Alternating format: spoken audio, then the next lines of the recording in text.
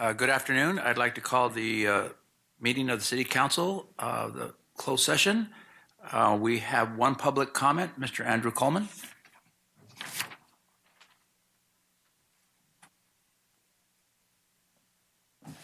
Good evening, Council, Mr. Mayor. I come before you to speak on your closed session discussions with the negotiations team. We had our first counter from the city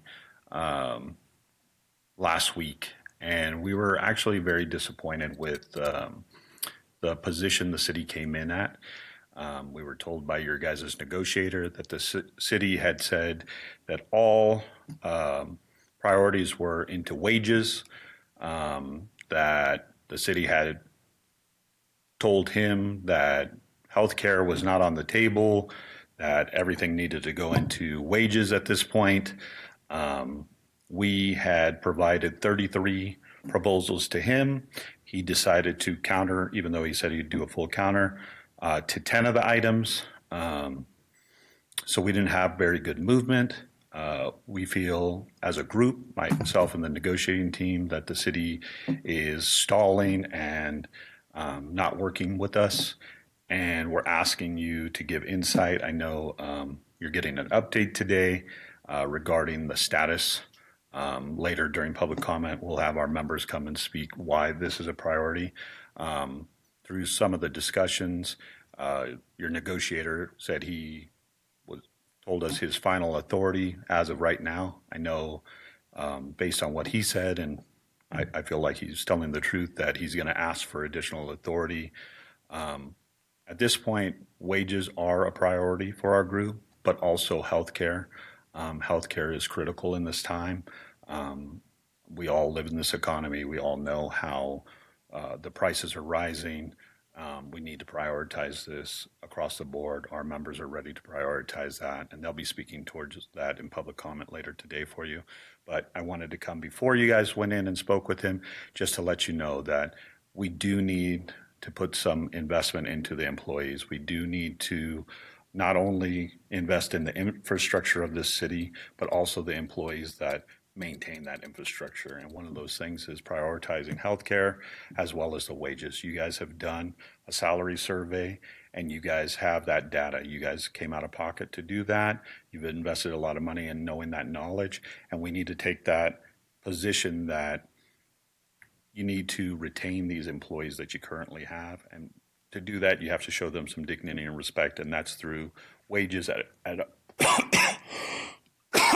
excuse me, at market value. So I ask that when you go back and speak with the negotiator now, that you guys work on the authority so that you are able to prioritize your employees and show that respect and dignity to them. And thank you. I look forward to speaking later in the regular session. Okay, Madam Moderator, do we have any public comment for closed session? I see no public comment at this time, Mr. Mayor. Thank you. Okay, Madam City Attorney, what do we have on our docket? Thank you, Mayor. We have two items: conference with legal counsel, existing litigation pursuant to Government Code Section 54956.9D1. Two pending litigation cases: Maldonado versus City of Redlands et al., U.S. District Court, Central District, case number 525 CV 02169 SSS MAAx. The second pending litigation item is Maldonado versus Redlands Police Department et al., San Bernardino Superior Superior Court, case number CIV SB 2403830. And the last item is conference of labor negotiators pursuant to Government Code Section 54957.6. Agency negotiators: John Bakhit, J. Trinnaman, Janice McConnell, and Jorge Castillo.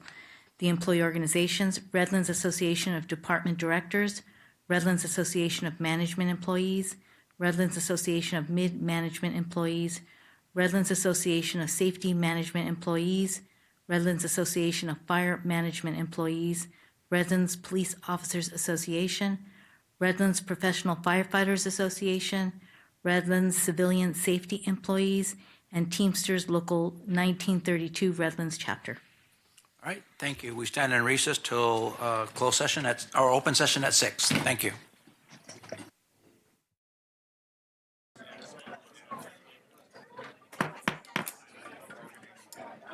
Good evening. I'd like to reconvene the city council meeting. And I'd ask our Mayor Pro Tem for the invocation, and the Pledge of Allegiance will be done by the Smiley Elementary School. Thank you, Mayor. If you'd please stand as we do this invocation. If you have non-religious headwear, if you would please remove that. And join me in prayer. We gather today with heavy hearts, mindful of the attack on the Islamic Center of San Diego, where 3 innocent people lost their lives at a place of worship and peace.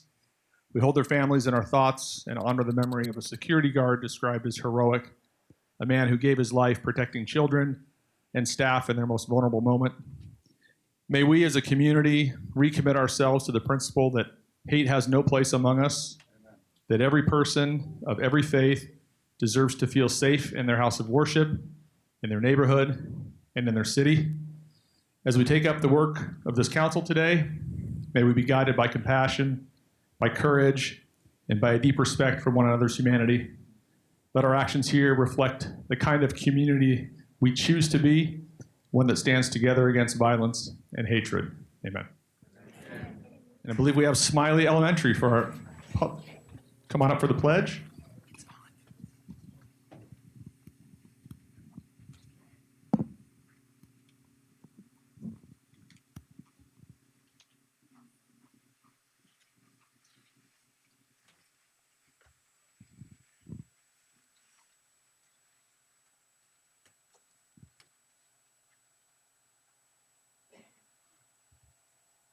Good evening, everyone. Please remain standing and face the flag. Put your hands over your heart. Ready, begin.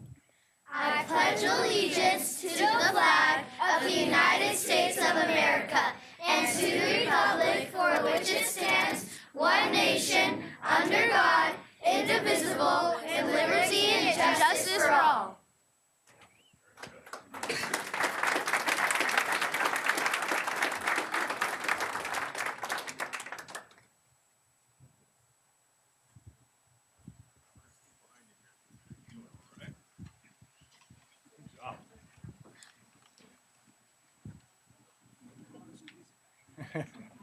Okay.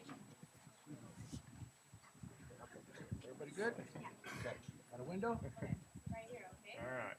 Ready? 1, 2, 3, 1 more, 1, 2, 3, last 1, 1, 2, 3. Okay, now Daniel. Here, ready? 1, 2, 3. Okay, All the parents. Okay.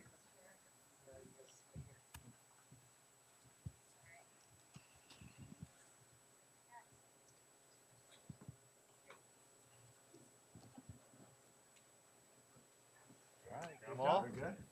Okay, good All job. right, good job, students. Thank you. Good Appreciate job. it. Thank you so much. Here.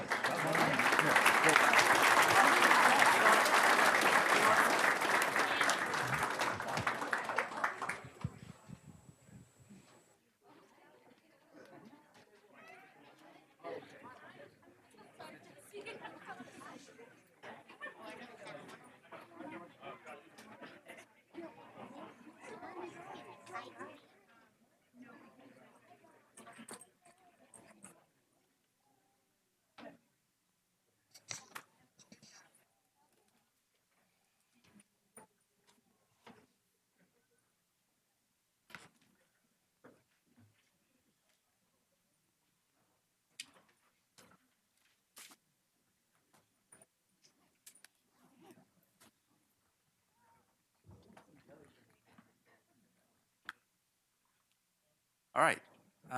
Great job, students. Next on our agenda is our closed session report. Madam City Attorney. Thank you, Mayor.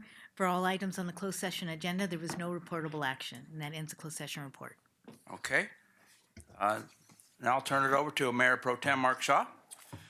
Thank you, Mayor. This evening we have one presentation, and it's from the Redlands Bicycle Classic Committee.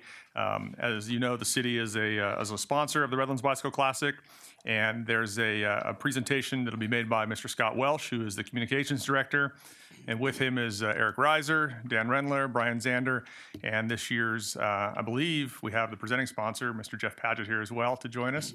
And then I see Sean Wilson as well. So if you guys would come up, I know Scott's got a few words, and then we'll do a photo down there. I believe there's a graphic as well if All right. All right, Mr. Welsh, all yours. Thank you so much. Hold on. There's some really good stuff on that. Thank you so much.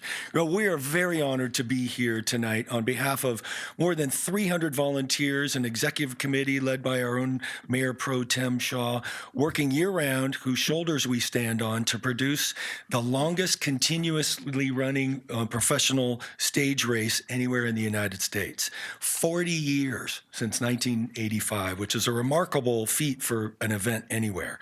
And we're here to say thank you. Thank you to the City of Redlands for truly being the original creator and certainly a true partner at every step of this historic annual event. And so first, thank you to City Council, City Management, our police and fire departments, our hardworking facilities and community service workers, AKA Teamsters.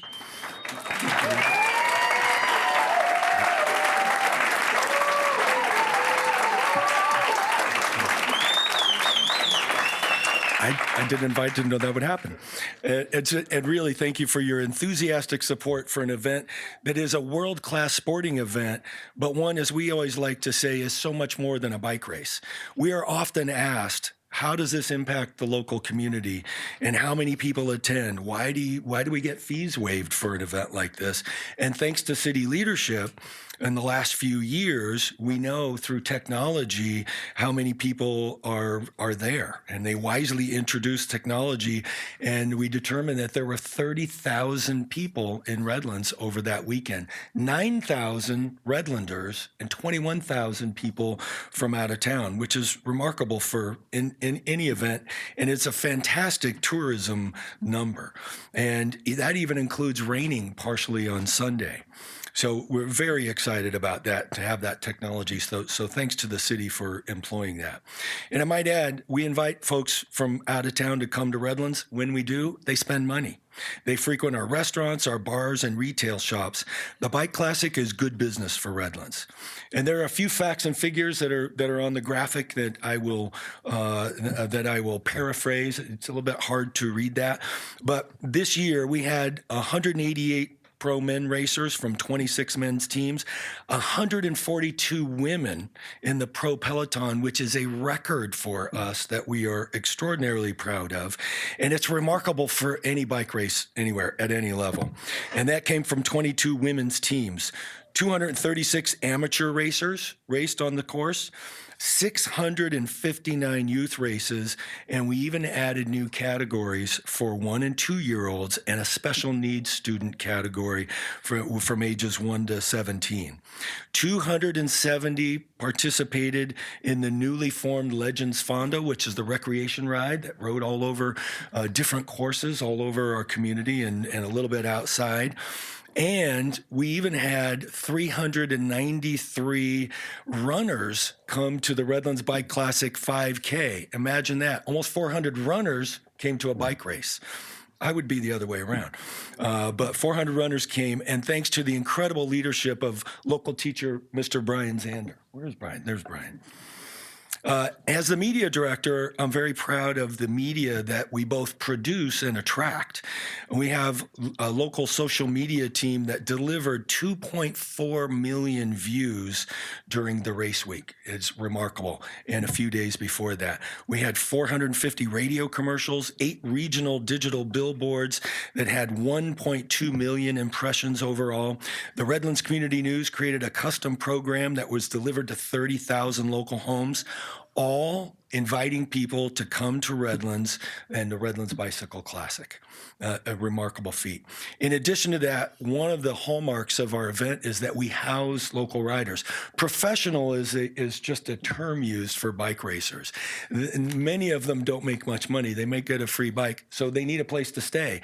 And 87 local families opened up their homes to house 375 riders, which is tremendous. And this race wouldn't happen without that kind of support. My favorite part of the week, and with great impact on the local community, are the school visits, where we ask the pro teams to conduct assemblies at local elementary and middle schools. And the message is healthy food and exercise positive. Thanks to the hard work of Michelle and Dan Rendler, who have shepherded that program for many, many years, we executed 41 school assemblies and saw more than 12,000 local kids with a positive message. Pretty fantastic. In closing, none of this is possible without the local support of terrific sponsors like ServPro of South Redlands, Team Jeffrey Paget, who stepped up when we had a presenting sponsor for many years, who's still part of it. The San Manuel Band of Mission Indians, now Yahavatim, are still supporting sponsors. But in addition to that, the Community Alliance Medical Group, Arrowhead Orthopedics, Redlands Community Hospital, Toyota Redlands, and Yahavatim still involved, formerly San Manuel, and of course, the City of Redlands. And so we're here to say thank you. We couldn't do it without you. And so now we'd like to present you with a little token of our appreciation, which just happens to be right here. So if you all would come down for a photo opportunity, that'd be great. If you guys will. Speak up a little bit. We'll just get behind it. That way. Daniel, get a photo over there.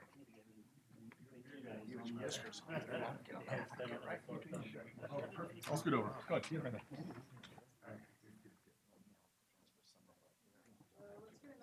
Yeah, Paul and or I'm one of the short ones. here. How about Dan? Dan, you can go right here. Sure. Yeah, there We'll slide over. Yeah, there you go. Does that work? That's perfect.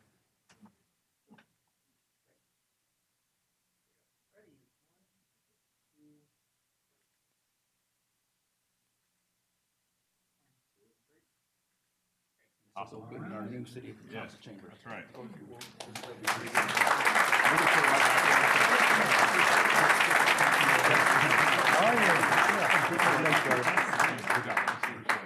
Thank you, Redlands.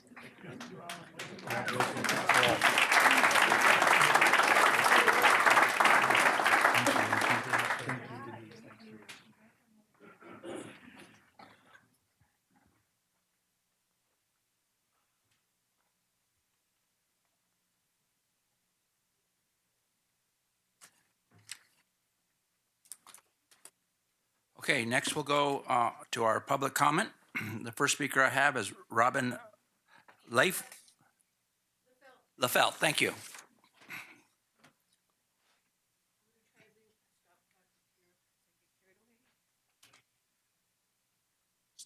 So there are three lights on the podium there. Yeah.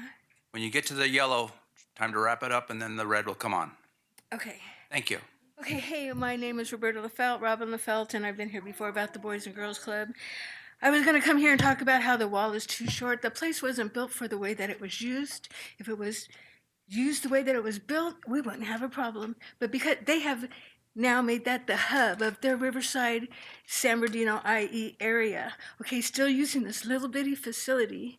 The walls are supposed to be 6 to 8 feet tall, just for the noise, not counting the lights that are wrong. Their lights are supposed to be down and in. They're out. They're on tall posts. I can't believe I'm still talking about the lights.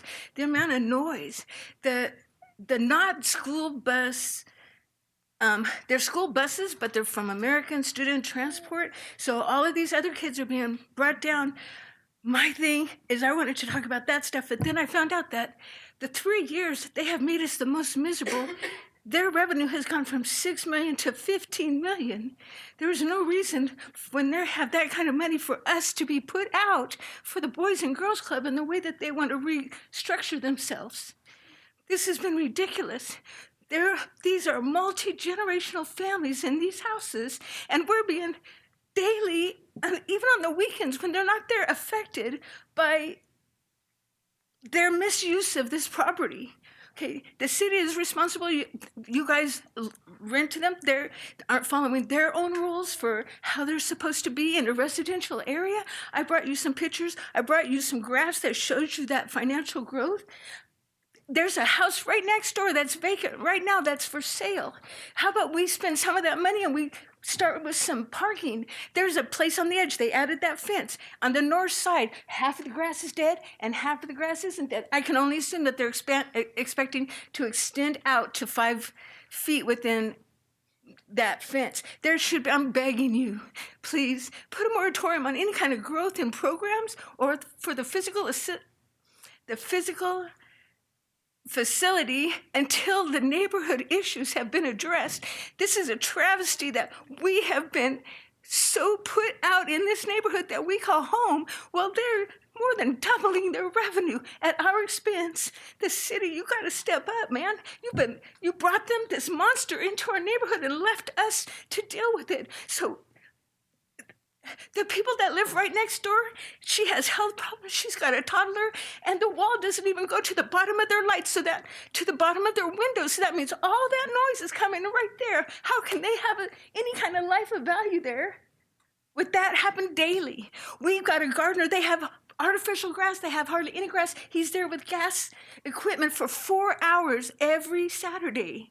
There's not even enough staff. He saves work, so he has something to do. That place is so mismanaged. And thank you for the gentlemen that gave me their seats right away. I so appreciate it. Thank you.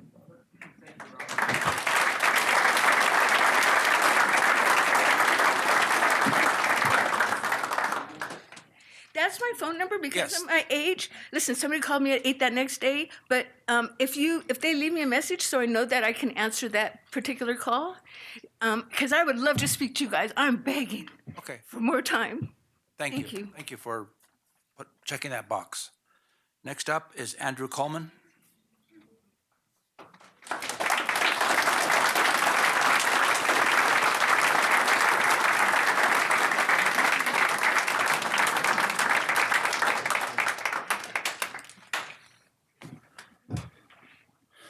Good evening, Council and Mr. Mayor. I appreciate the opportunity to speak again.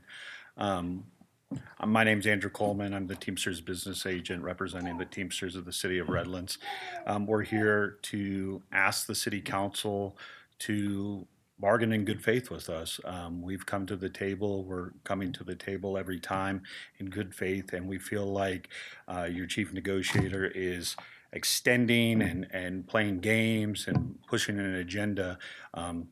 We actually don't feel he's telling us he's pushing your guys' agenda that you're going to put money into salaries, but nothing else. So no health care, no other items. Yeah, maybe at the end of the road we can talk about some of that stuff, but his direction is clear. For us, the priority is dignity and respect at work. You guys spent a lot of money on a class and comp study that gave you data and gave us data that the average employee is 12.5% under market paid in the city. And we asked before going into negotiations for the city to rectify that issue. We were told no, we'd address it in bargaining. We're at the table now, and it's not being addressed in bargaining. It's not fair to these people that come and work every day for this city to make it the nice place that it is, that has events like this Bicycle Classic, that has residents that really love where they live and work. And these people before you here, standing here, deserve dignity and respect at work. And that comes with being paid at the market rates. That comes at not having to worry about having to buy groceries or health care. And that's what the position you guys are pushing them into. So we're asking you to increase the authority as well as give direction to your negotiator that he needs to prioritize those things for these members. They deserve it. They have a right to it, and they deserve to have that dignity and respect at work. You guys did the survey. Just please honor the data of your own consultant. Please understand you guys are professional people. You've been around this for a long, long time. You are insurance individuals. You understand this whole concept, and we need to prioritize that for these members. So I appreciate your time tonight. Please take that into consideration. We're working with you. We're going to continue to work with you, but now you have to work with us. Thank you.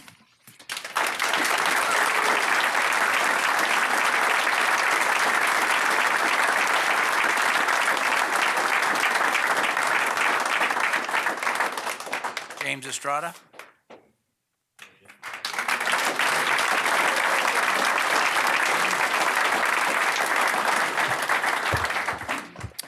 Good evening, Mayor. Good evening, council members and city staff. I'm James Estrada, proud city employee, proud Teamster member and representative for the Teamsters right here that I'm representing this evening behind me.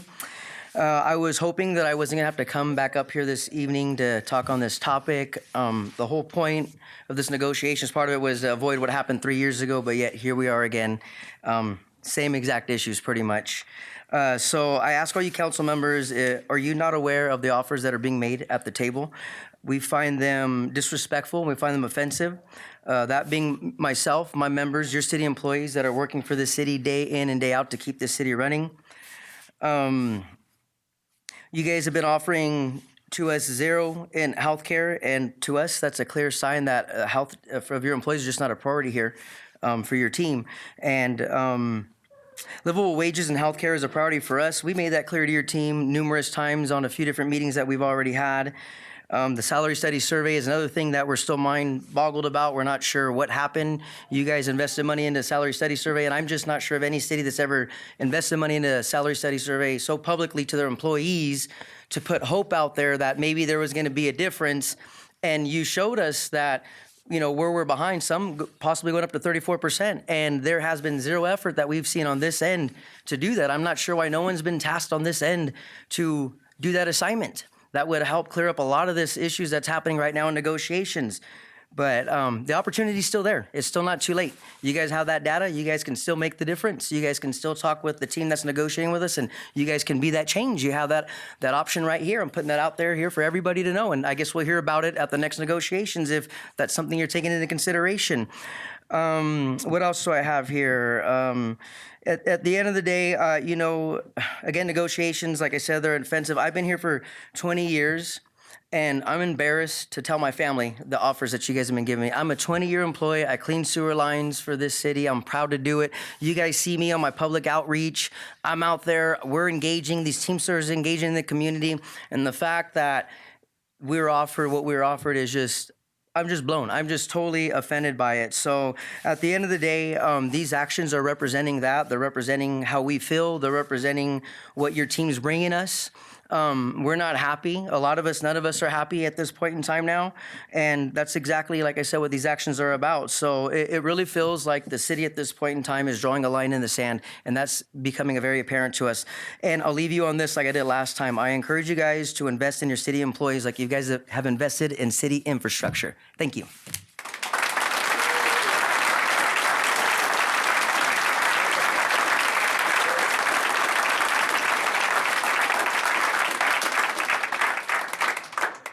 Eli Salazar.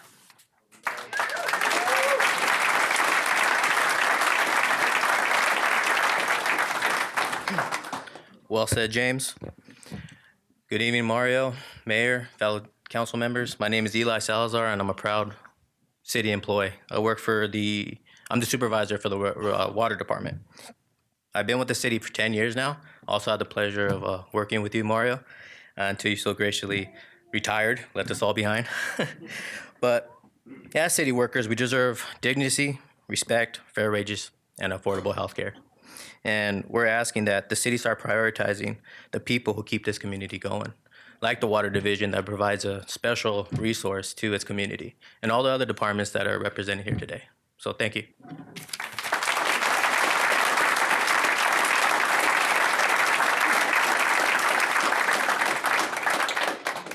Ricky Gonzalez.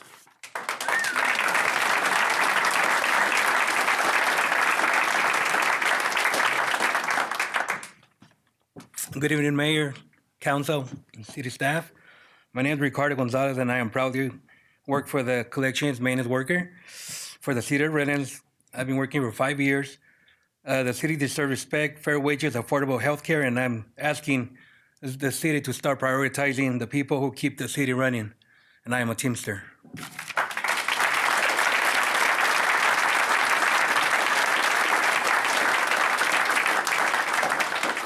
Josie Lopez.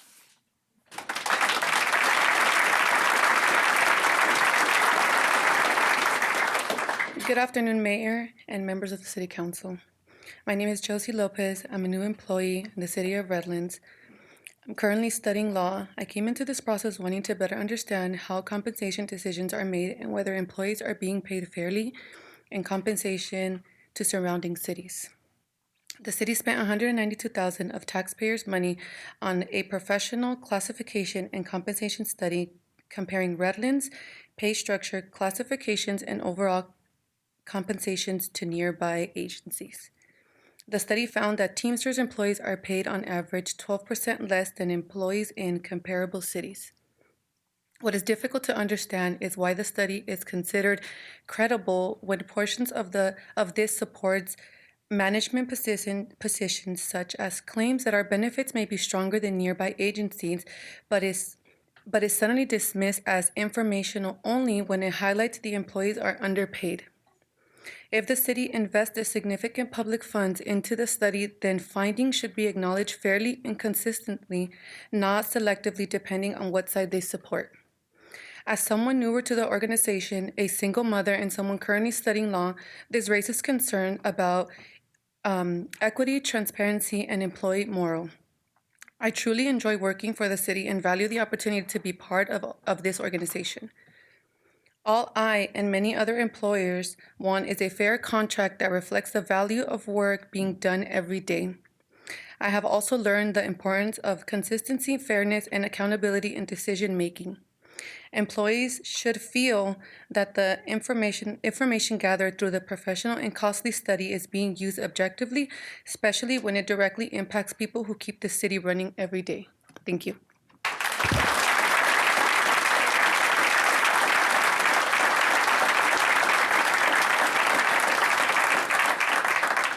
Jocelyn Butters.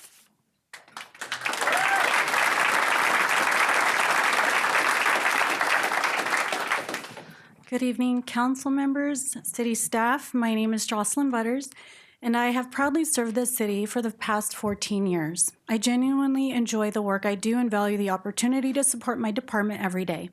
I stand here today asking for equity, respect, and recognition for the working class employees who keep this city running.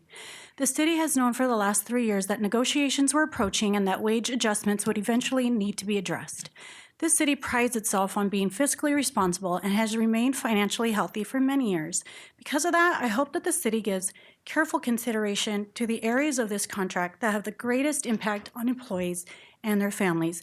Fair wage increases, increased medical contributions, improved tuition reimbursement, among many other important items, and recognizes these are not simply as expenses, but as meaningful investments in the people who serve the city of Redlands. I would also like to highlight the tuition reimbursement disparity as an example where meaningful investment in employees can make a lasting impact. Mid-management receives $5,000 annually for educational advancement, while Teamsters employees receive $2,000. Employees who are working hard to better themselves, earn degrees, and grow professionally should not be limited simply because of classification. There should be a pathway, whether through a sponsorship opportunity, scholarship-style assistance, or another allowable program, to help bridge that gap for Teamster employees pursuing higher education. The city has demonstrated time and time again that when something is considered a priority, resources can be found to support it.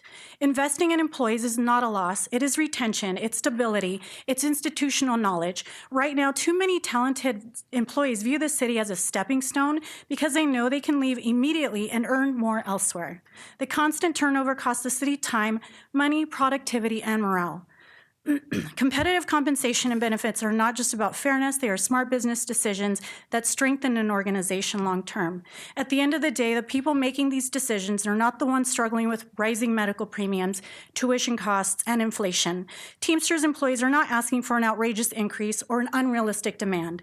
They are asking to be compensated fairly for the work they do every day, to be able to afford the gas to get to work, provide for their families, keeping up with rising medical costs, and live with the dignity that should come from serving this city. We're simply asking for the same respect and fair treatment already being provided in comparable neighboring cities. This workforce has earned that respect, and I urge the city to demonstrate that it values all the employees and the essential roles that we all play in this organization. Thank you.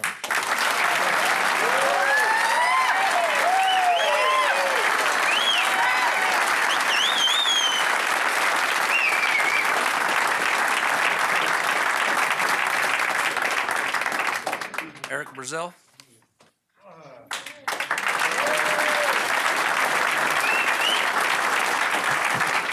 Good evening, council members, city manager, directors.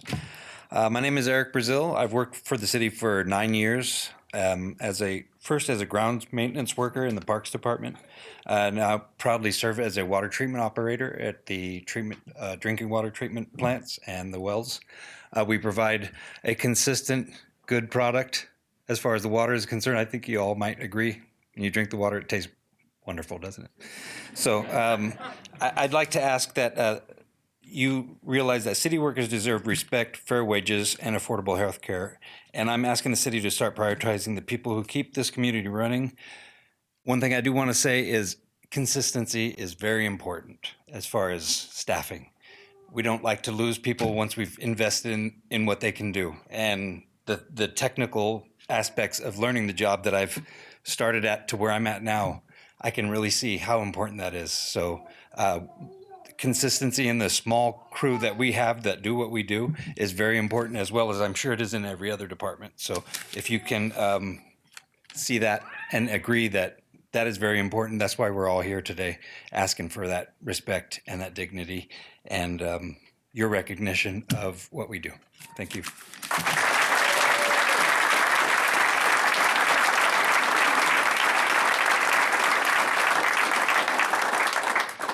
Jesus Marquez.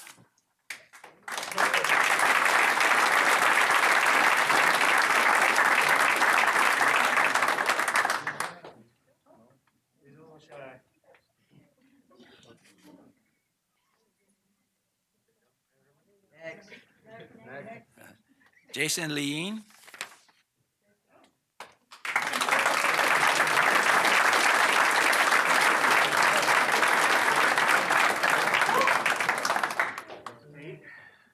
Almost got my name right. It's Lynan. All right, good evening, y'all. I'm gonna do my best to beat that little yellow light.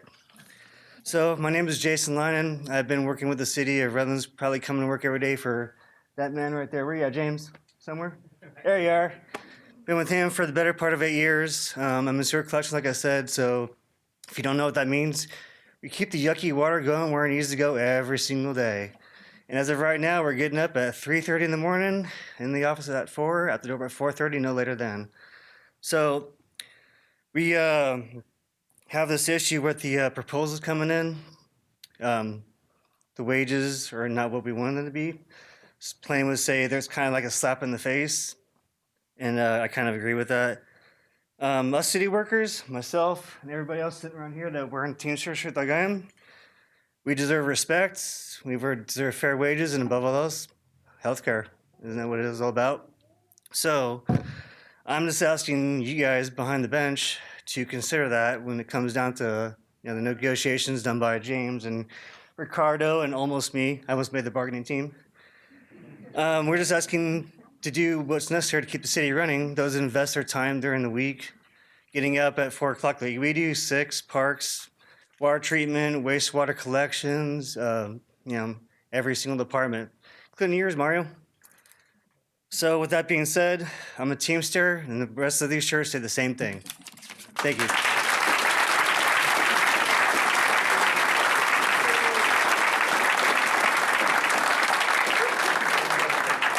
Michael Gonzalez.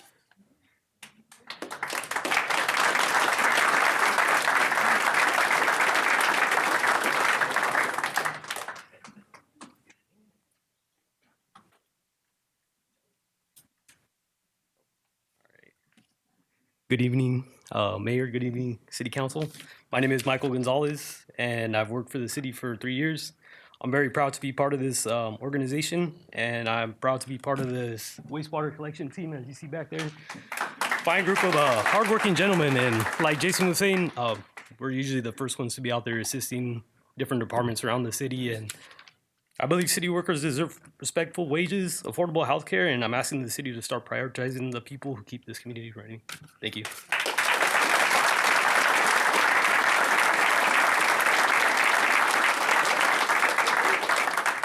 Clemente Lozano.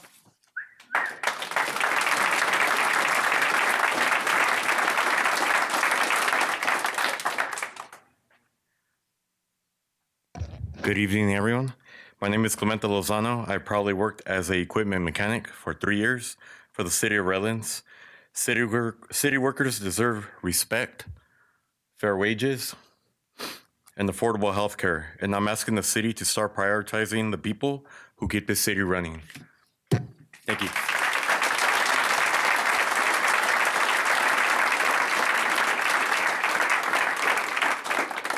Aurelio Munoz.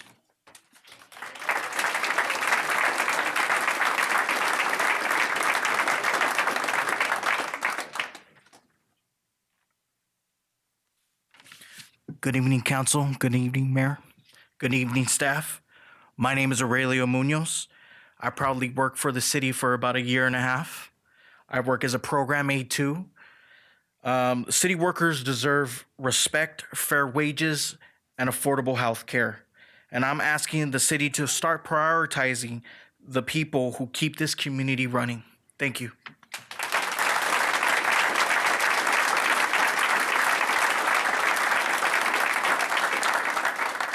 Ed Sherman.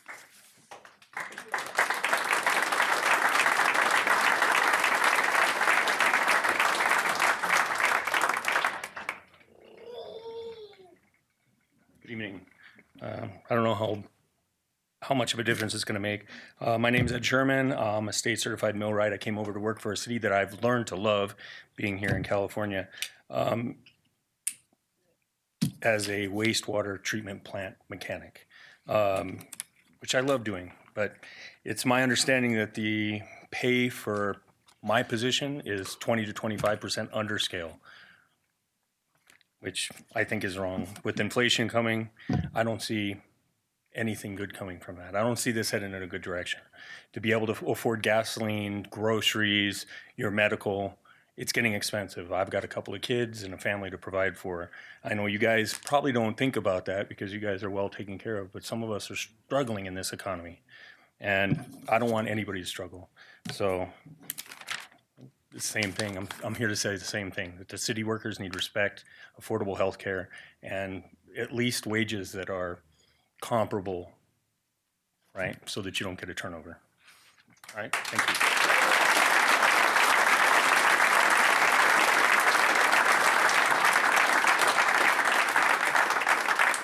Jordan, help me out with your last name. Levano.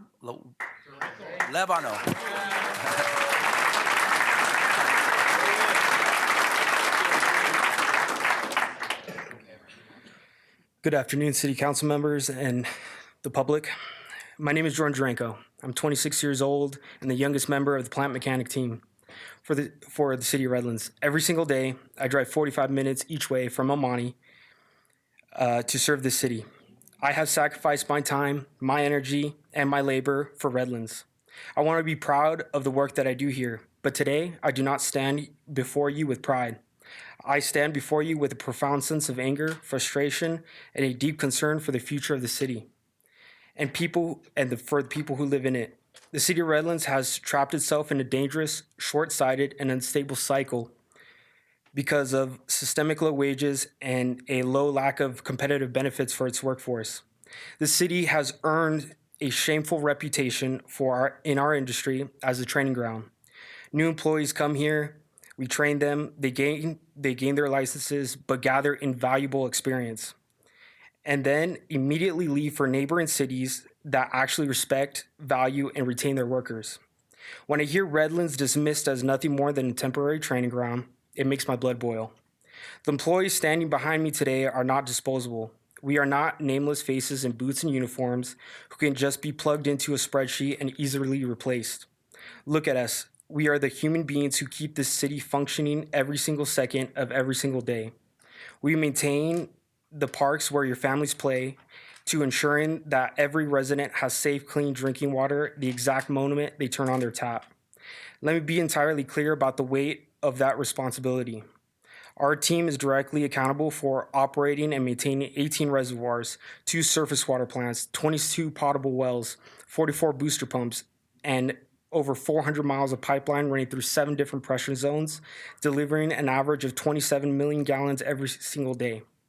This is not minor work. This is critical life-sustaining infrastructure that requires precision, expertise, and dedication. And yet, Our most experienced veteran employees continue to walk out the door because the city flatly refuses to invest in them. What happens when all the veteran employees are finally gone? What happens when a major emergency system failure or public health crisis hits? And there is absolutely no one left who knows this massive, complex system. What happens when decades of institutional knowledge walk out that door forever because workers are sick and tired of being undervalued and ignored? The answer is simple. The public will suffer the consequences. You can vote to invest millions of dollars into hardware and infrastructure upgrades, but let me remind this council of the fundamental truth. Without experienced, dedicated employees to operate and maintain those systems, your multi-million-dollar investments mean absolutely nothing. Heavy equipment alone does not keep the city running. Skilled, respected human beings do. Thank you for your time.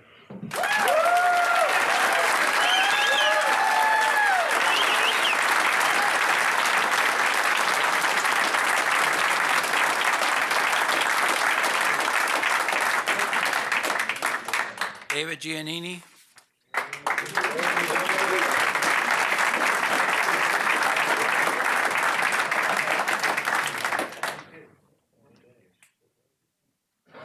Mayor, council, directors.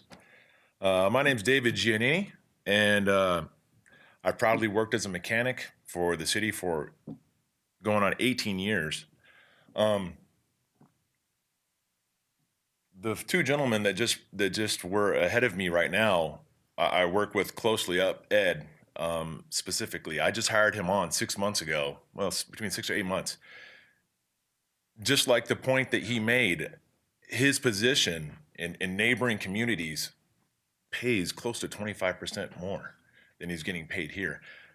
How can I keep a valuable, skilled guy like that with me, with opportunities like that right next door? That's the challenge that we face every day. I'm the foreman down at the wastewater plant as far as maintenance and mechanic maintenance. But I just want to reiterate one thing. I know everyone here, myself, everyone behind me, takes pride in that moniker of Redlands being the jewel of the Inland Empire, and I just want to just hammer home that everyone up here does not fail to value the workforce. This workforce is what makes that jewel shine. Thank you.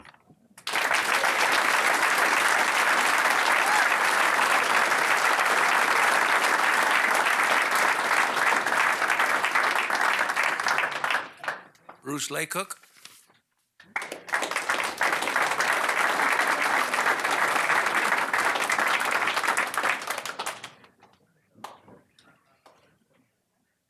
Good evening, City Council, staff members. I know you'll be upset that I'm not going to talk about labor and wages, okay? I'm here to ask you to reconsider your pursuit of the Coyote Aviation lawsuit.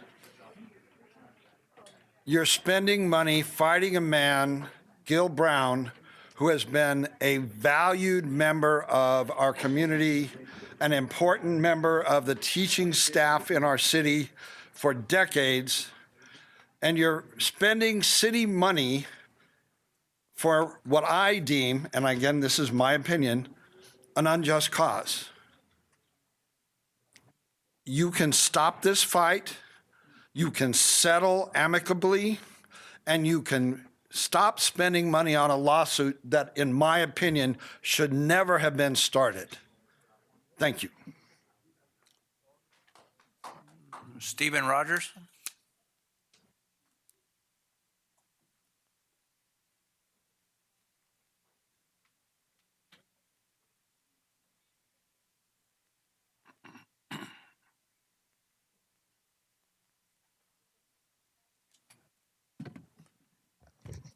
Honorable Mayor Saucedo, Redlands City Council, Steve Rogers, Church Street.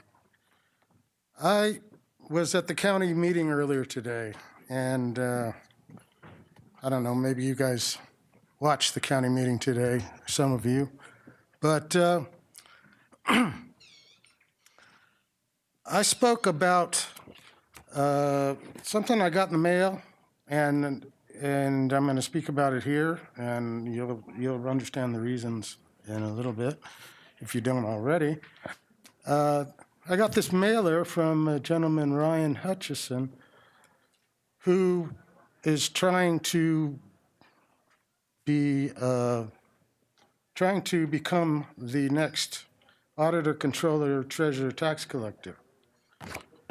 This gentleman here. So the way you do it in San Bernardino County is you put out a hit piece on the existing guy. And this existing guy is Ensign Mason, who happens to be, I mean, they don't talk about it in this at all. Some people here know, the city manager, the police chief know, and I'm sure the council people do too, that he also serves in a role as the fraud, waste, and abuse hotline for the county. And so basically, as the police chief and the city manager and the city attorney are well aware, and the council, I've made multiple complaints to the county about certain development projects. And basically, what has happened is that now they're trying to kick Ensign out of his position and bring this guy in. That's their way of trying to solve this problem that they have now, which is that the county's favorite developer is the one that the city has given all these favors to, and essentially given them property, which was the old Super Walmart site that never got developed. The city gave that property to Diversified Pacific, and now how many projects do you have entitled on that? You have, it started with the Tennessee Village, but anyway, I appreciate your listening to me. I'll talk more about this in a later item, which I feel is relevant. And I would just hope that I now understand why the city manager didn't like me copying the county. Thank you. Okay. Next is our consent calendar. I have a request to pull item I-8. Is that the only one? That's the only one. Move approval of the balance of the calendar. Second. I have a motion and a second. Madam City Clerk? Councilmember Barrett. Yes. Councilmember Tejeda. Yes. Councilmember Davis. Yes. Mayor Pro Tem Shaw. Yes. Mayor Saucedo. Yes. Item I-8, this is approve a Second Amendment agreement with Counseling Team International and the purchase order modification in the amount of $20,000 for the Redlands Police Department, Police Chief Tolber. Thank you, Mayor and Council. The item that you have before you is a Second Amendment to, as you stated, increase the amount by $20,000. This is for the Counseling Team International and is related to our mental health wellness checks. We are utilizing existing contract through the Human Resources Department to implement these services, and it'll bring the total to $53,400. Thank you. I have a public comment or a comment on this agenda item. Mr. Stephen Rogers.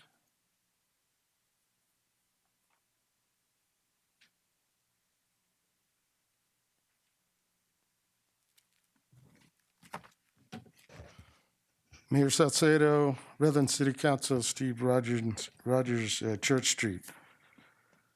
I'm familiar with this contractor, and I'm really concerned about the influence this contractor has in the county. And when I say that, this contractor is very political. And so I'm very weary about this situation, increasing this contract, because the owners of this company are so connected to the county and the former sheriff that I feel it may have some political connection. And furthermore, what really disturbed me is when I was researching this gentleman that they're trying to get rid of or replace over here and would then head up the fraud, waste, and abuse, I see that the Redlands Police Association is for some reason endorsing him. I want to know why. Why the police association would endorse somebody like this. If it isn't, maybe, because the consulting team international, that's part of the whole thing, And so I'm really concerned about this city and following in the steps of the county and doing the same kinds of things as the county does. They get rid of people if they're the bearers of bad news, kill the messenger. That's the way it works. And I just for your own information, and some of you I may share this with, some I won't. I presented them today with a history of the corruption in San Bernardino County, going back 40 years. That's how long I've had to suffer with this stuff.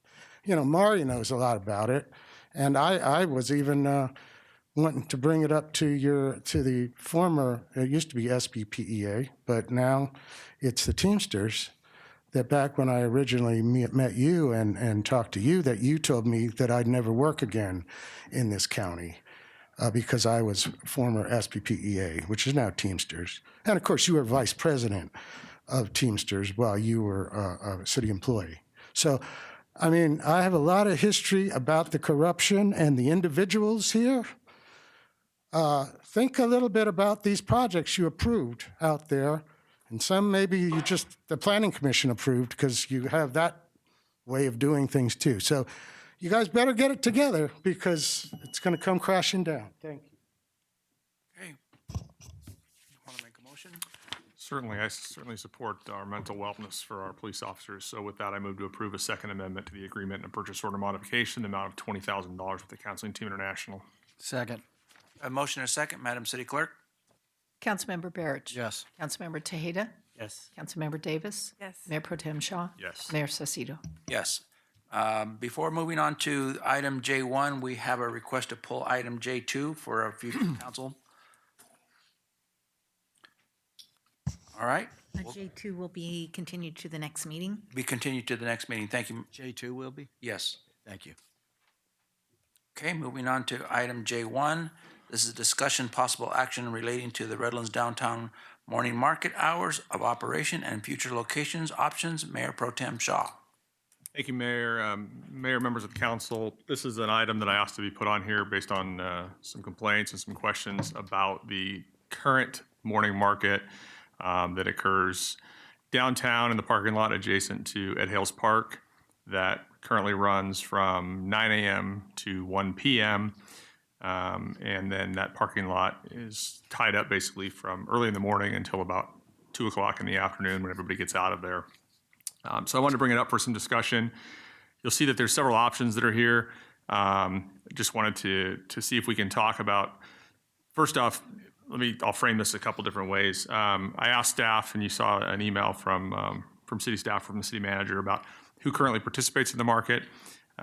We have 24 vendors, I think it was right now, that are, I guess, regularly coming to that location. There is a second market that occurs at the Grove School. Not exactly sure what their hours are, but the one that's downtown, do you know what the hours are? 8 to 12, okay. So there's one at the Grove School that goes on that's 8 to 12. This one here, just for everybody's reference, we currently have 0 vendors from the city of Redlands that participate in the market. There are 3 from Mentone, there are 2 from Highland. Everybody else is a little further out from that, coming all the way from the Los Angeles area to participate in the market. I stopped by 2 weeks ago at about 8 o'clock, so an hour before it technically opens. About half of it was set up. It was most of the produce vendors, fruit and vegetables. And there were people there that were already shopping, I stopped by this last Saturday about 10 o'clock, and there were, I think I counted 18 people that were at the market doing some shopping or just kind of wandering around. When that gets set up, I noticed we had 3 recreation staff there, and then I know that we also used 2 staff to do the Meridian protective barricades. So they put them out, they take them down. So each Saturday, we're looking at about, I think it was about 5 people out there that are on overtime. So we do have a cost expense to the city to put that on. I know we had talked before about whether or not that's something that we look to make money on, we look to break even. We can certainly ask the staff for more detail if it's a financial piece we want to look at. So a couple of the options are, number one would be merging this with the market that already exists at the Grove School, seeing if they want to take this on and just have one market in town. Another piece is to adjust the hours so that we can clear that parking lot a little bit earlier so that we can open that up for the downtown businesses as things kind of start to get a little bit more bustling around lunchtime. We don't have it as an option on here. We talk about exploring alternative sites. I'll share one is there's that parking lot that the city already owns behind Hatfield between 7th and 9th. That could be a possibility. It wouldn't have the impact as far as from a parking standpoint. We would still need the city staff because it would need the barricades and whatnot. So anyway, I throw those out as just some ideas, something for us to talk about and make sure that what we're doing is conducive to our downtown businesses, allowing for parking downtown. We know parking's it's a common complaint down there. And then do we fix it by moving it, adjusting hours, or whatnot? So I open that up for thoughts, comments. I don't know if we have any public comment on it. Yes, we do. Okay, so. But before we get to the public comment, I just want to I have had a lot of inquiries about some of the businesses downtown. Half of them like it, half of them don't like it, half of them feel like the parking is not opening up soon enough for their businesses. Some of the businesses like the pedestrian people walking downtown, the viability. I think when it first started, the idea was to have local farmers and agriculture to be able to sell their goods and to promote Redlands farming and agriculture. With that, 24 vendors, the closest one is maybe Mentone. So I think it's gotten away from its kind of core mission or kind of core idea of really trying to promote local agriculture, local farming, fruits and vegetables. So there's been some discussion once the Christmas season, it moved to the Grove and then it moved back. So there's a lot of discussion. I've had a lot of different points of view on how to try to address this. Obviously, as Mayor Pro Tem outlined, the total expenses for this annual review is $93,000, and we have to subsidize that by $70,000. So that becomes quite a drain on our services, financial, but also our employees having to be there on every Saturday. I think I would like to hear from some of the other members of the council and kind of see where they're at and any kind of information or things that you've been getting feedback from the businesses downtown before I open it up for public comment, and then we'll figure out what to do as far as an action. Yeah, I was going to say, I am very interested in public comment and what they have to say. Like you, I've heard mixed feelings about the downtown market. Certainly, I take my son to music class down there on a Saturday, and it's nice. There's a whole crowd from music class that goes to the farmers market. So I think that there's definitely benefit to keeping it downtown. I go to the Grove Market almost every Saturday as well, and I think that it's nice to have markets in different parts of the city. I think that they both can thrive. And if the city is not the primary administrator of the market, I've heard that there are other groups who might be interested in taking it over as well. Okay. Anybody else before I open it up to public comment? I'd just like to remind the council, in the past, when we looked at this, it was, what do we do to try to bring back market night? And then market night was not feasible. It's something that was also a bigger drain on the budget than anything else. So we settled on market morning and putting it in the parking lot. And so I am definitely concerned about the amount of parking that exists downtown right now with the construction that's going on. So I'm agreeable with whatever the council wants to do with respect to either relocating it or revisiting, maybe somebody taking it over, if that's in the best interest of this. So I'm open to anything. Okay. I have one speaker slip, Evan Sanford, but apparently you're not Evan, but the next best thing. Not by any stretch of the imagination. Right, So Mr. this will Chamber be President. clumsy and awkward, but I'll make it through it. I do have Evan's notes. Good evening, council members and staff. My name is Patrick Roscom. I am here on behalf of the Redlands Chamber of Commerce. I am the president of the board currently, and Evan had another event that he had to attend, so I wanted to speak to this for us. So there is some precedence for a chamber running a market night like this, or a market event like this. Claremont does something like this where they have taken it over, and that is specifically what we wanted to speak to tonight, is that option to have a third party take this over and take it off the city's hands. So as you guys all know, we are well involved in the community and putting on different events throughout the community, Orange Drop, cocktail competition, dog jog, all of these things, and we try to keep all of these things at a very high standard. So that's what we'd be looking to bring into this as well. So really that is mostly it. We're looking for that option to be able to put a proposal together for the city and for you guys to be able to review. That would obviously be the next step, is something that you guys would have to see. Patrick, just out of curiosity, if you guys did do it, would you have any idea where you would do it? Or would you still be looking for city support as far as like we do now with the barricades and that kind of stuff? Or would you guys find a place that's not on city property or that has vehicular access that would require? I think we'd be looking at both options. Some of the places that are already in place and stuff like that, they've become known to be those places, but we're definitely open to looking at other places too. This is something that falls in line with our membership. We do have some of the local growers and farmers as members, and we'd love to be able to bring some of what the mayor was talking about back to that type of event. I do have, since we're Is that your, that's the extent That's of it. your I'm public looking for comment? option 3, yes, sir. Okay, thank you. Thank you. So in that, I hope they get an opportunity to consider Industrial Parkway. It's a area of the community where it's just depressed right now. A lot of the activity that was on Industrial Parkway is now in the donut hole at the Mountain Grove. And so just putting that out there, looking at it as an option to relocate that somewhere else. Councilmember Davis? Yeah, I just want to thank the chamber. I think that you all have a proven track record of very successful events and could be an amazing partner for the farmers market. I actually didn't know that Claremont's chamber is running their farmers market. Is that what you said? I happened to be at Claremont's farmers market this past Sunday, and it was amazing. They shut down a street. They shut down Harvard Avenue in Claremont. The parking was a little tricky, I have to say, but the farmers market was great. So yeah, I'm in support of, I guess it would be our option 3, to solicit proposals specifically in support of the chamber's idea. Mayor Pro Tem? Were you gonna say something? Oh, I'm sorry. I also concur. I think I like option 3.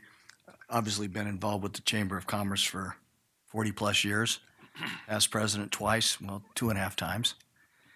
They do good work, and I think it would be nice to have them take it over. They're professionals. They know how to handle these things, and like they mentioned, other events they had, from the dog jog to the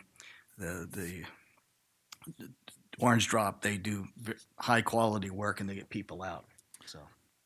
So Councilmember Davis suggested originally before the chamber spoke that there may be some other people that would be interested. So I'm certainly not opposed to soliciting if it ends up being the chamber, if it ends up being somebody else. My question to staff would be, how long would a process like that take?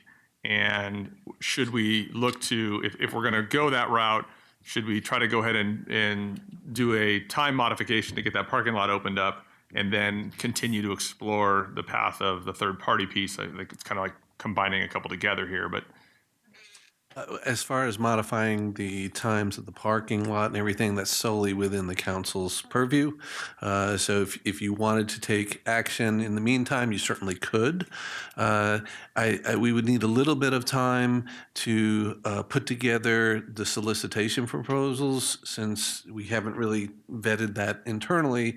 But we could probably put something together within a few weeks, put it out for a few weeks to a month, and get it back, and then we'd need some direction from the council on how you would want to evaluate those. If you'd want to leave it solely up to staff, and then I would have staff to come up with that, or if the council wanted to be involved, you'd probably need to create a subcommittee for that.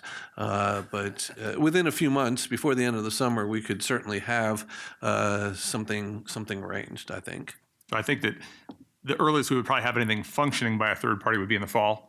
I mean, I don't think that we would get there before that. I think that's reasonable, yes. And so the other piece of my hours part was, as we come into the summer, it's getting pretty warm out there, and running this until 1 o'clock, it's pretty darn hot by 1 o'clock. So I would ask if the council would entertain making a change to the hours as we go through the summertime to the 7 to 11. And in the meantime, we go down the path of the solicitation of a third party, looking to, from a long-term standpoint, as we get into the fall, transition that over, and then it goes wherever it goes. It may stay there. We revisit all that as kind of a follow-up once those options are presented to us by staff. If that's something that sounds agreeable, then I would agree. I mean, Edwards Mansion had one, where Edwards Mansion this weekend, and Debbie Ketchum, you know who I'm talking about. Anyway, Debbie runs that, and has done very, very well. And she has it over at Edwards Mansion, plenty of parking over there. So I would, again, not have exclusive, but I would like to hear from her, see what she has to say. Like, obviously the Chamber of Commerce as well, but I think there's third parties out there who'd be more than happy to take this over.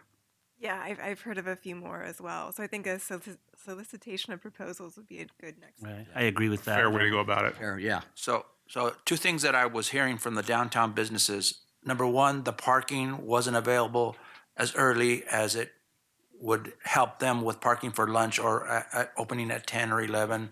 The other thing I heard was that that they like the farmers market, morning market, because it brings people downtown. So some of the businesses like it because it's people, traffic walking,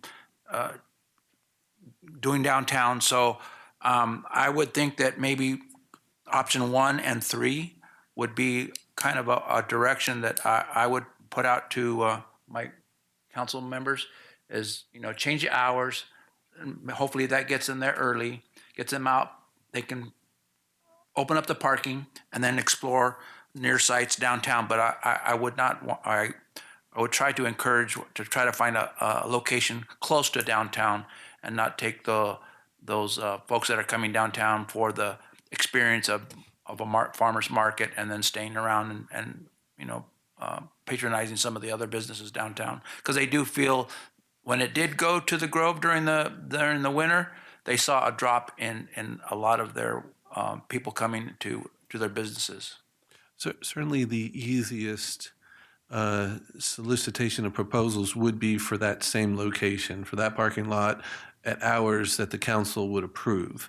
If we open it up to other areas, we would have to identify those areas probably and solicit for specific proposals, because I think one of the goals from the city, and the council can give me direction on this, would be essentially for us to be out of it and maybe generate net income instead of the negative that we experience now. In other words, we provide the piece of property, we're essentially renting it to someone to put on a farmer's market, and they handle everything else. And so it requires no staff time during the actual market, only the coordination really for them to use the property and for us to collect the fee, and then everything else is handled by the third party. We have been approached by several parties, 3 of them mentioned tonight, about wanting to do something like that. So I think it might be popular. I think staff can look at and see if there's alternative sites to that parking lot that we may want to bring back and let the council know. What I might do is I could just say we're going to explore the sites unless a council member wants to bring it back in an open meeting to discuss it. And then we'll see what the solicitations are and then come back with a recommendation. So I think I can merge two motions together, two of these options together and make a motion if we're on track with that. And it will give you that latitude because option 3 already talks about near downtown. So that could be where it's at. It could be the one behind Hatfield, if it's just city owned. And if there's another one that you guys come up with that's city property, certainly that could be an option as well. Yeah. Is that? Or somewhere by the Chamber of Commerce. The upper parking area right there. West State Street. This way there's parking underneath and there's parking. You mean on the parking deck? At the parking structure? We can certainly leave that up to. So what we may aim for is to try to find 3 viable sites, ask for proposals for all 3 from anyone who wants to do one, and then see which one seems might be the best solution for everyone involved. Okay. So with that, I will move to direct staff to adjust the current downtown morning market hours of operation to begin at 7 a.m. and by 11 a.m. with the corresponding parking lot closure to extend no more than 1 hour before or 1 hour after event hours. Further, I move to direct staff to explore alternative sites near downtown and solicit proposals for a third-party administration of a weekly farmers market near downtown to begin in the fall of 2027. 2026, sorry, 2026. Second. Okay. Did you get that, Madam City Clerk? Do you have all that? I got it. Okay. Councilmember Barrich. Yes. Councilmember Tejeda. Yes. Councilmember Davis. Yes. Mayor Pro Tem Shaw. Yes. Mayor Castillo. Yes. Just to also be clear, it may take us a few weeks to implement the new times, to give the current vendors notice, but we'll get that in place as soon as we can possibly. Understood. Thank you. We think it'll take about 2 weeks. Okay. All right, moving on to item J3.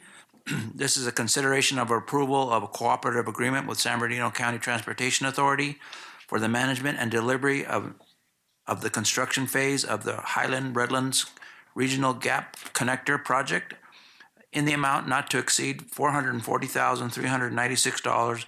Approval of a cooperative agreement with the City of Highland for sharing final design cost of the project in the amount not to exceed $57,850 and determination that these actions are exempt from the environmental review pursuant to section 15061B3 of the state guidelines implementing the California Environmental Quality Act, Municipal Utilities and Engineering Director Heredia.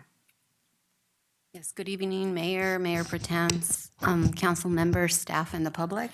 The Highlands Redlands Regional Gap Connector Project is a 2.85-mile bicycle facility that will extend from Citrus Valley High School in Redlands to Arroyo Verde Elementary School in the City of Highland. When completed, this project will establish a continuous dedicated path between the two cities, but also eventually it will connect to the Santa Ana River Trail, which ends in the Pacific Ocean. So this item is for the approval of the final design by the City of Highland, and SBCTA is the lead agency to complete the construction in the amounts as stated. Is that your report? Yeah. Okay, thank you. Thank you for that report. Before we get to any deliberations, I have one public comment. Mr. Stephen Rogers.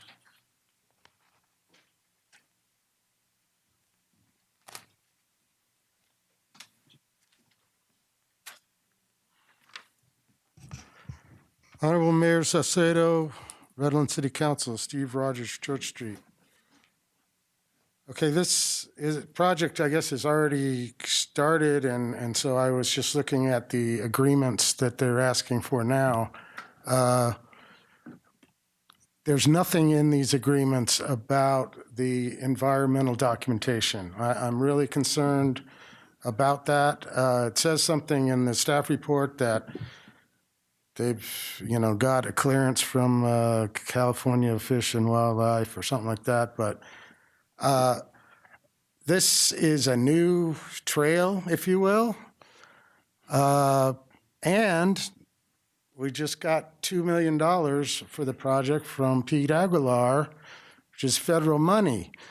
What that means for a project is you got to not just do CEQA, you got to do NEPA. There's no and SBCTA, they don't know how to do any of it. So basically, I'm really concerned about this project. They have I'm familiar with the city engineer in Highland, and so I might be able to help you guys out and getting it going in the right direction. But I'll tell you right now, if SBCTA is planning on, just doing a negative deck or something like that, and already they've decided they have to reserve area for this. That's they want to keep as native habitat. So, there are some significant elements to this that need to be addressed in an EIR, EIS. And it's going to have to be that because now you have $2 million in federal funds, and you can't get one drop of federal funds and not also have to do NEPA. Thank you. Okay, I have another speaker slip, Mr. Bruce Laycook.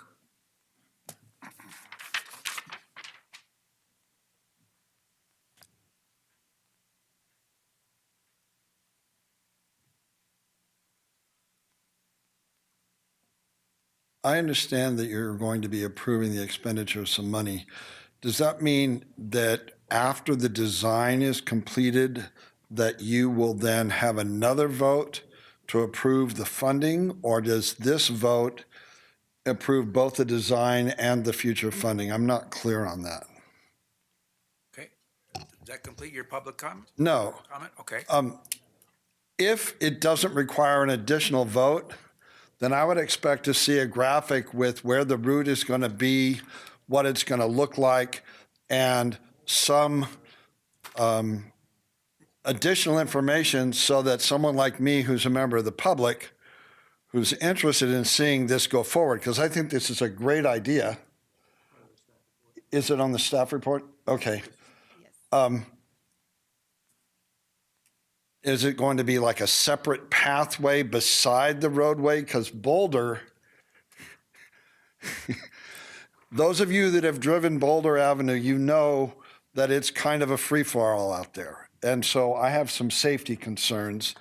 And I think as a council, you should as well. So I would just say, if you're going to only sign off on this once, you might want to get some additional answers from what I've seen so far. Thank you.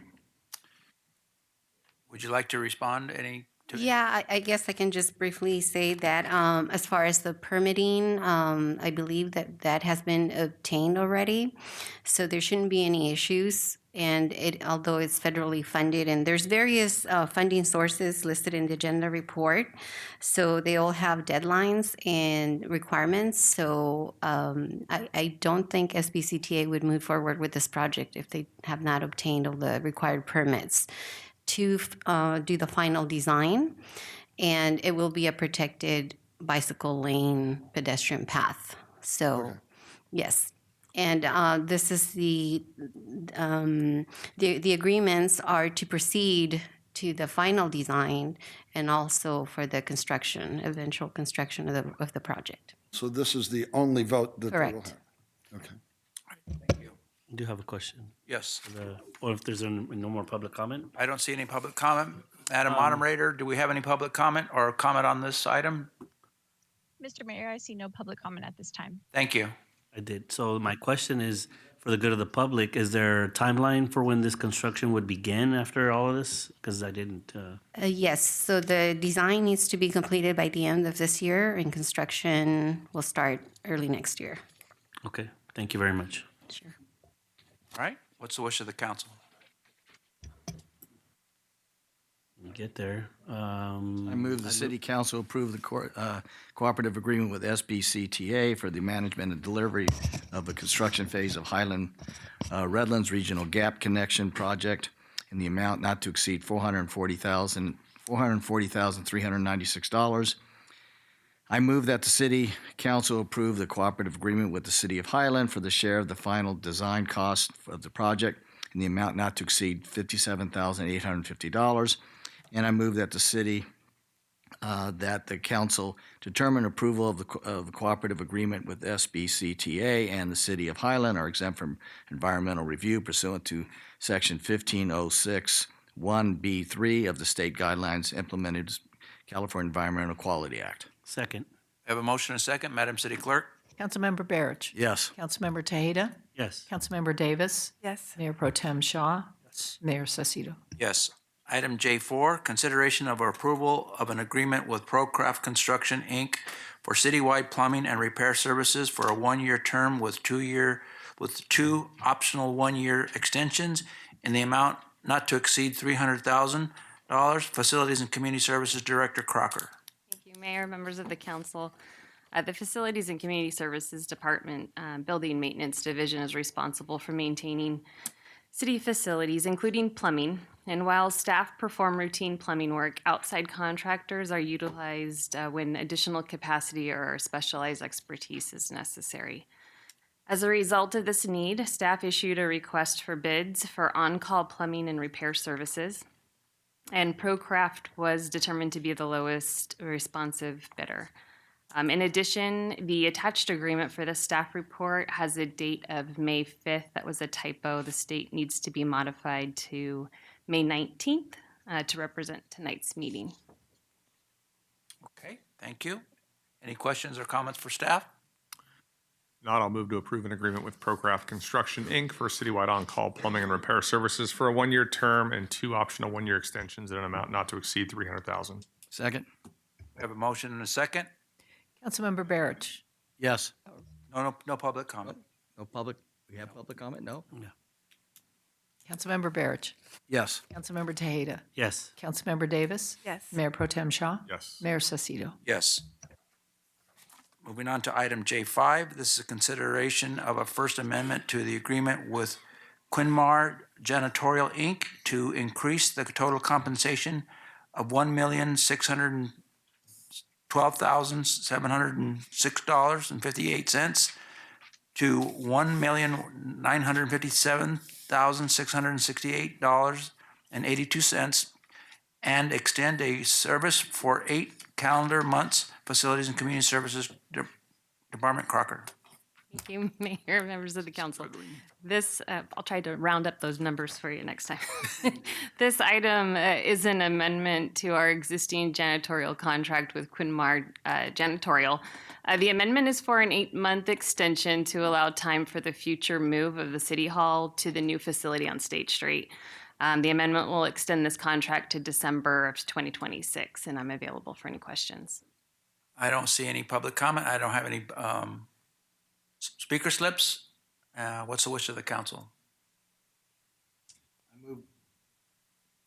I move to approve the First Amendment to the agreement to Quinmar Janitorial, Inc., increase the total agreement compensation by $344,962.44 from $1,612,706.58 to $1,957,688 and 82 cents with the extension of 8 months. Okay.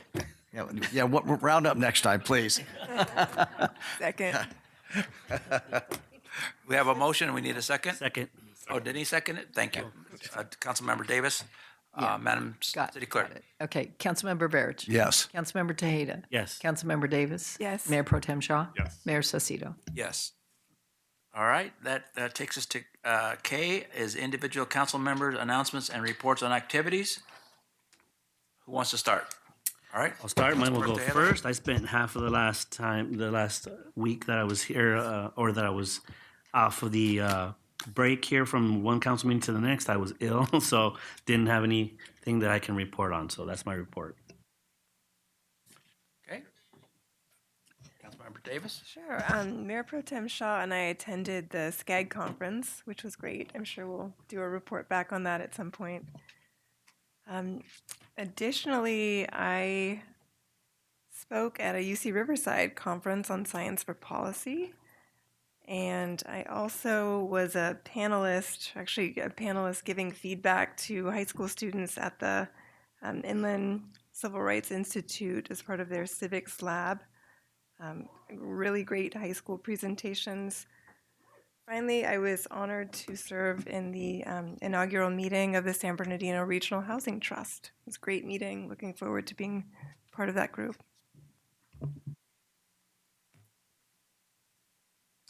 I attended the library board meeting. As you can guess, the biggest thing on the agenda is when we're going to have the museum opened.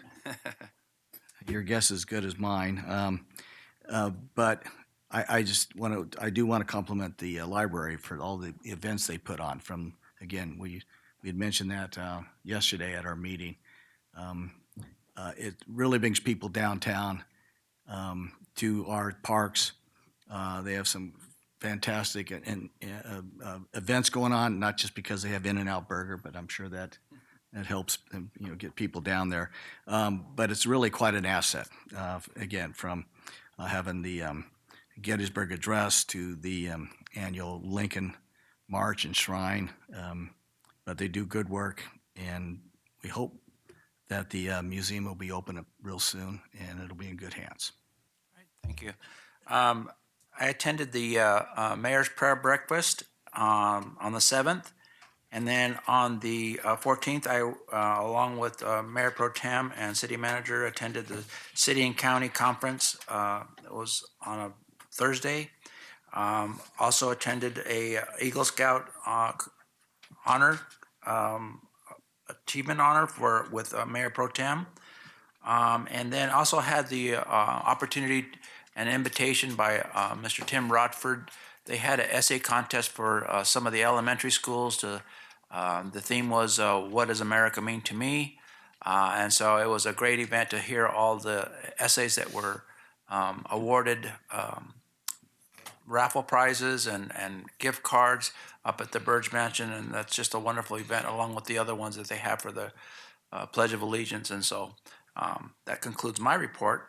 And if that's all we have, anybody else? Okay, we stand adjourned to the next City Council meeting held on June the 2nd. Thank you for your time and patience. Quick question for you.